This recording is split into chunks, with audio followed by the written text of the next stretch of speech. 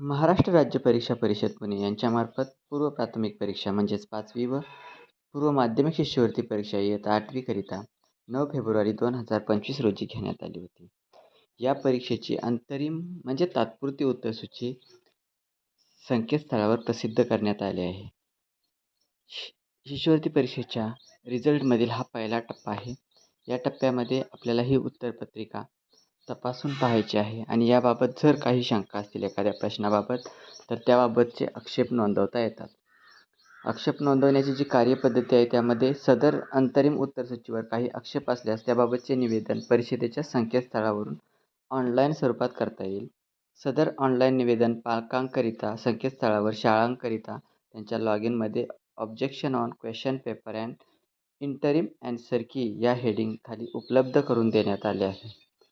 त्रुटी आक्षेपाबाबतचे ऑनलाईन निवेदन करण्यासाठी दिनांक 4 मार्च 2025 ते 11 मार्च 2025 रोजीपर्यंत मुदत देण्यात आली आहे.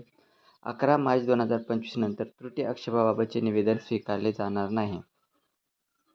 अशा प्रकारे हे आपल्याला त्याबाबत जर काही शंका असतील एखाद्या प्रश्नाच्या उत्तराबाबत म्हणजे आपल्याला काही उत्तर चुकीचं वाटत असेल तर त्याबाबतचं जे निवेदन आहे ते आपण संकेतस्थळावरती 11 मार्च 2025 पर्यंत भरावयाचं आहे.